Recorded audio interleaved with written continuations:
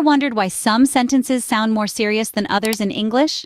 Well, the answer lies in the subtle nuances of tone and formality. You see, in the world of English language, it's not just about what you say, but how you say it. The same words can convey a completely different message depending on the tone and formality you use. For instance, the word request sounds more formal than ask, right? That's because request is a more formal synonym for ask, and this is just the tip of the iceberg. There are countless other ways that tone and formality can change the meaning and impact of your words. For advanced English learners, understanding these subtleties can significantly elevate your communication skills. It can help you make the right impression, whether you're writing an email, attending a job interview, or chatting at a social gathering. So let's dive deeper into understanding these subtle differences in English language. We often hear about tone in language, but what does it really mean? Well, let's delve into it. When we talk about tone in English, we're referring to the attitude or mood that's conveyed when we speak or write. It's like the emotional undercurrent that flows beneath the surface of our words.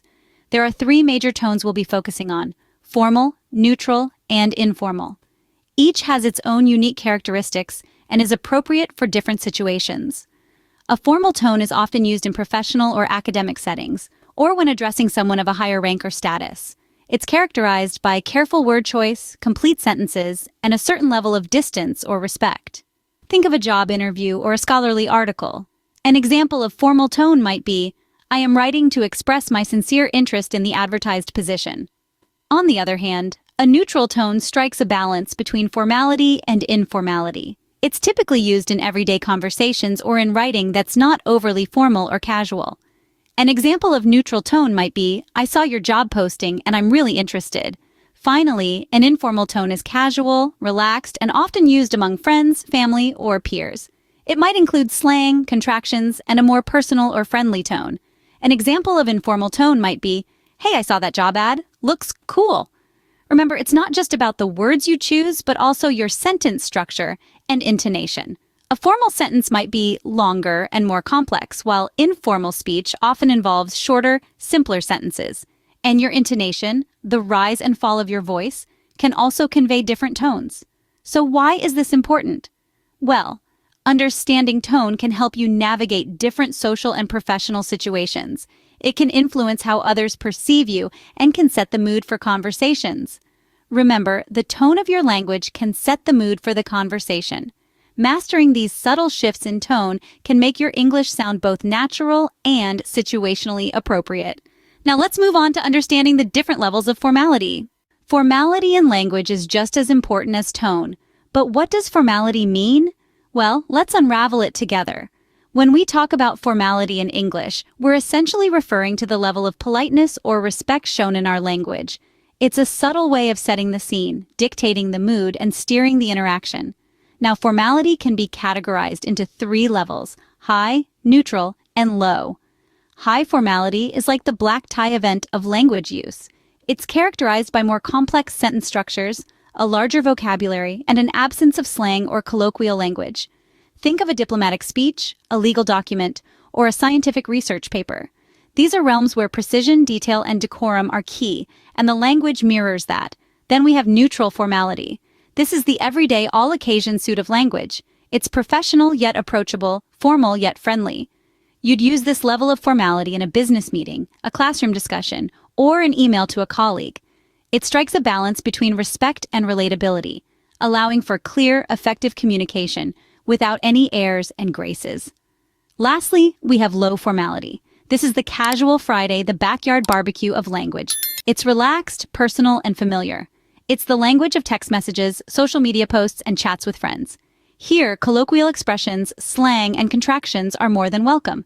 They add flavor and authenticity, creating a sense of connection and camaraderie. Now, why does all this matter? Because the level of formality you choose can significantly influence how your message is perceived. High formality can convey respect and seriousness, but it can also feel distant or detached. Neutral formality is versatile and universally acceptable, but it may lack the personal touch. Low formality can create a sense of intimacy and familiarity, but it may not always be taken seriously. So the level of formality you use can significantly impact the way your message is received. Now that we understand tone and formality, how do we adapt them based on context? The trick lies in identifying the setting and adjusting your language accordingly. Let's consider three main contexts: academic, professional, and social settings. In an academic context, you'd want to lean towards a formal tone. Here, precision and clarity are vital. For instance, in a research paper, you might say, "The data suggests that there is a significant correlation between X and Y," rather than "It looks like X and Y are kinda related." Notice the difference? The former sounds informed and authoritative, while the latter seems casual and lacks precision. In a professional setting, the tone can vary depending on the situation. If you're addressing your boss or a client, you may want to maintain a formal tone. However, when communicating with colleagues, a neutral or slightly informal tone might be more appropriate. For instance, instead of saying, "Could you kindly provide an update on the status of the project?" To a colleague, you might say, "Hey, any updates on the project?" Social settings usually call for an informal tone.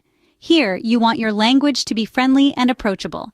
So instead of saying, "I was wondering if you'd like to join me for a cup of coffee," you could say, "Want to grab a coffee?"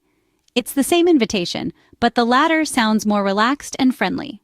Remember, context is key when deciding the right tone and level of formality. There's no one-size-fits-all approach. Pay attention to cues from the people around you and adjust your language to match the situation.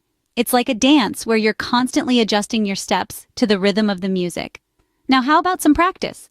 Next time you're writing an email or having a conversation, take a moment to consider the setting. What tone is appropriate? How formal should you be? Try to adjust your language to suit the context. It might feel a little strange at first, but with practice, you'll get the hang of it. With practice, you can become adept at adjusting your tone and formality to suit any situation. Let's quickly recap what we've learned today.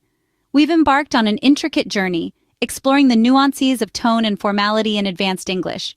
We've discovered how the subtle shifts in word choice, sentence structure, and intonation can convey different levels of politeness, warmth, or authority. We've seen how formal, neutral, and informal language can be used in various settings, from emails and job interviews to social gatherings. We've understood how these choices can influence the listener's perception. But most importantly, we've learned that mastering these skills is not about memorization or rigid rules. It's about practice, about developing an ear for the subtleties of the English language. So don't stop here. Keep listening, keep speaking, keep reading, and keep writing. With time and dedication, you'll become skilled at adapting your tone for academic, professional, and social contexts. Remember, mastering these subtle differences can make your English sound both natural and situationally appropriate. Happy learning!